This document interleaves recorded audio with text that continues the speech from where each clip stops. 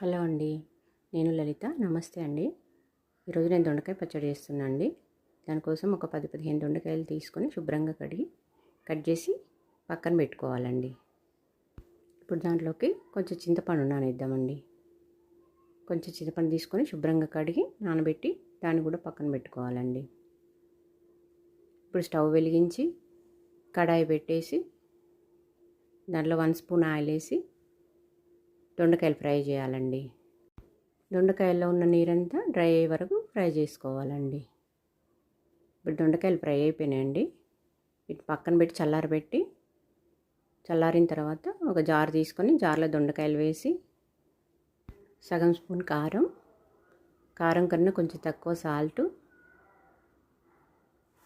ఏ పచ్చళ్ళు అయినా ఎందులో అయినా కొంచెం తక్కువ వేసుకోవాలండి. మనం కారం వేసినంత ఉప్పు వేసుకోవద్దు. 2 వెల్లుల్లిలు, 1/2 టీ స్పూన్ జీలకర్ర మెంతుల పొడి కూడా వేసి ఇందాక నానబెట్టుకున్న చింతపండు ఉంది కదండి, దాన్ని కూడా ఒక స్పూన్ వేయాలి దాంట్లో. ఇప్పుడు దీన్ని బరకగా మిక్సీ పట్టుకోవాలండి. ఎక్కువ మెత్తగా పట్టద్దు, బరకగా పట్టుకుంటే సరిపోద్ది. ఇలా పట్టుకుంటే సరిపోద్దండి. ఇప్పుడు దీన్ని పోపు చేసుకుందామండి.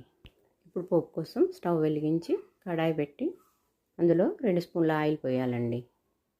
ఆయిల్ వేడైనాక ఆవాలు, జీలకర్ర, ఎండుమిర్చి, శనగపప్పు కూడా వేసి ఇప్పుడు కరివేపాకు వేయాలండి. కొంచెం ఇంగు కూడా వేసి వెల్లుల్లి కూడా వేయాలండి.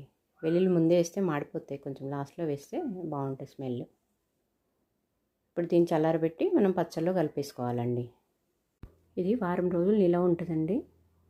చాలా టేస్టీ కూడా ఉంటుంది. మీరు ట్రై చేయండి. నమస్తే, థ్యాంక్ యూ అండి.